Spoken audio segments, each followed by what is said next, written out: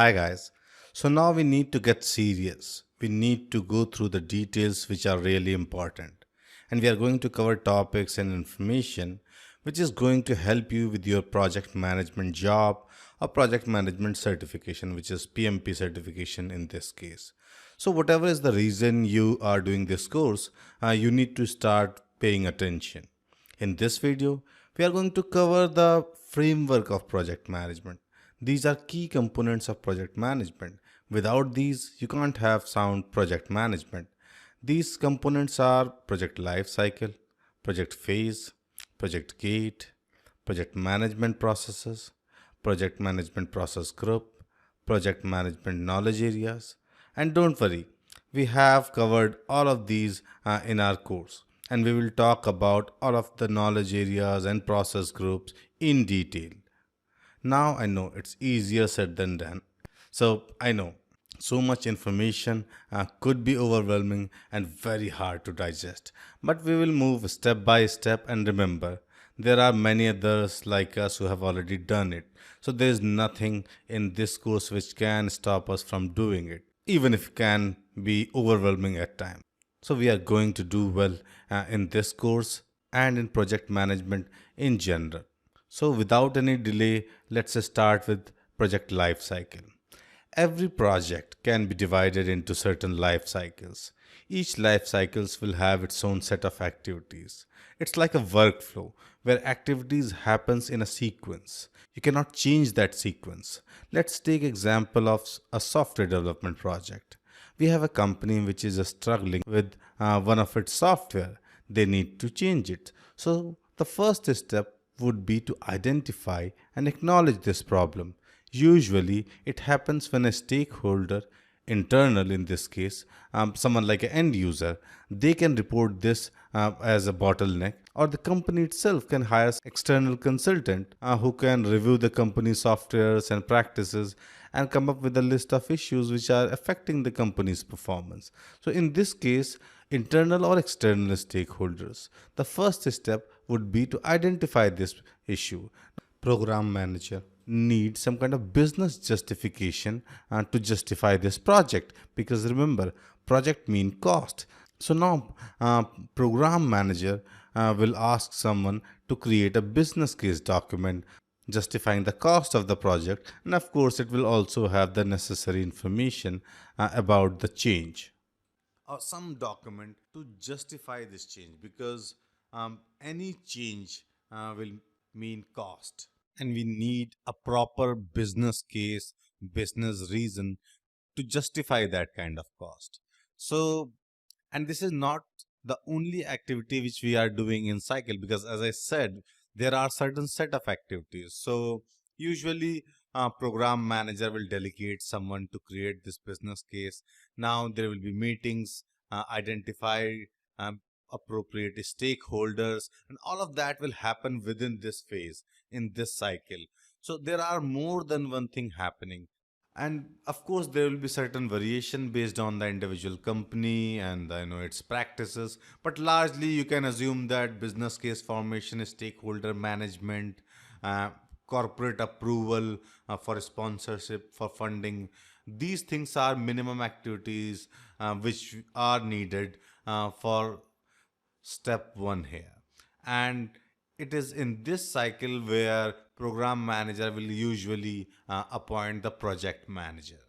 Then they will move to cycle 2, which is organizing and preparing the project. So at this stage, there is a documentation, there is approval for the project. In cycle 1, they could have also done a high level estimation based upon their initial understanding of the change, because they needed something as ballpark, as placeholder. So let's say they got a funding approved for 100,000 USD, US dollar. Now they have a understanding, there's a tolerance that it could go up and down by 10%. But in step 2, they need to get more information, and they need to fine tune their estimation to make sure that there are no surprises. If everything is within range, then it's fine. But If it is moving beyond the tolerance limit, then they need to again go back to the sponsor and see if they can get additional funding. So all of that, along with getting the logistical support, because organizing and preparation here basically means that they are also going to acquire the resources needed to implement this project. So let's say they are going to use certain tools like Jira or VSTS, Microsoft VSTS, or project management tool.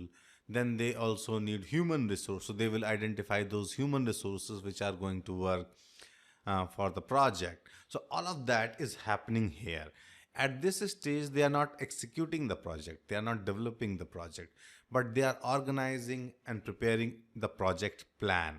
So if you have heard about project plan, they are developed in step 2 in this project life cycle. And after they complete these activities, they move to the third cycle, which is the carry out the work. So this cycle usually covers, I think, more than 50% of most projects. Basically, this is the implementation phase where you are actively working on the requirements, getting the development done, testing, and all those kind of things are happening here. So this is your core project work. And then, of course, the ending the project. All companies, all industries have certain specified procedures to end a project. Let's say in case of software projects, there will be a code freeze time. So usually it could be 2 to 3 weeks before the production deployment date. So that if any change needs to be done after code freeze date, then special approvals are needed. So all of that, if any project demonstration is needed before deployment, this is the stage when that is done. So all the formalities which are needed to end a project are done here. But all of this, the cycle 1, 2, 3, 4, so all the activities you do here, what you do, how you do, depends upon something which is called development life cycle. Development life cycles are basically predictive or adaptive. In simple terms, waterfall or agile. If projects are small, uncertainty is really low, requirements are clear, then usually waterfall is the preferred way to go forward. Let's say 40 to 80 hours effort, maybe 2 weeks. Changes are not much. In that case, there is no point in having all those scrum calls and sprints and planning.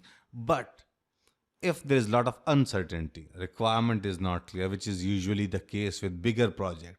Let's say it's a 3 month long project, there are a lot of system changes. Now in these cases, even the end user will have a very high level information, high level ideas. So if you ask them the requirements, by the time they see complete project, their idea will be very different.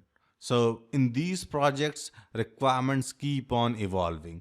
Changes are constantly coming. So in those cases, agile, these kind of methodologies are preferred. And that's why in those projects, adaptive is preferred. So depending upon whether you select predictive or adaptive, that is waterfall or agile, cycle 1, 2, 3, 4 can overlap each other, because in adaptive, in each sprint we are spending time on planning, getting the resources and the development.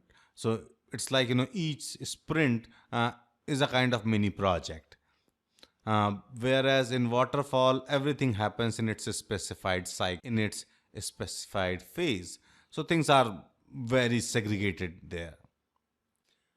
And it is a decision of project management group. So not just the project manager, usually everybody, senior management, stakeholders, all of them are involved in deciding if they need to go with agile or waterfall. But yes, eventually the buck stop with project management group.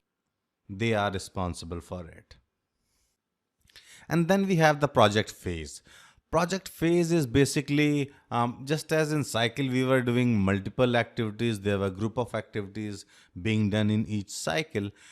Here it is slightly different. Project phase are dedicated phase where specific activities are done. So if we are in a design phase, it means we are into the requirement gathering and solution development. If we are in the development or coding phase, we are actually coding, or if let's say it's a construction project, so construction will be going on. So whatever you are trying to do, there will be a specific phase, and you will do only that. Now, of course, for practical purpose, additional activities will always happen in real world scenario, but usually these phases are dedicated towards specific activities, and they are also named appropriately to reflect that. And as I mentioned, these are the attributes which each phase can have. So it's all part of your project management plan. And then we have the project gate. Project gate is usually held at the end of the project. So it's like, go, no go decision. Stakeholders, end users can also review the changes, can have, some kind of demonstration for them to see the real changes. And then they may decide if it is worth to promote those changes. Now, of course, in many industry, this phase is always a go, and they usually propose changes because they have already built something which is huge, and they cannot decide to simply abandon it. But in case of software projects, you will usually see cases where after demonstration, end user may realize that this is not what they expected, or this is not what they want. So they may simply decide to abandon the project. Of course, it doesn't mean that it happens with every second project, but point is, if needed, the projects can be cancelled, or if they are promoted, they can still be rolled back. So that's it for now. There are few more key components which we need to cover, which I will do in the next video. Thank you.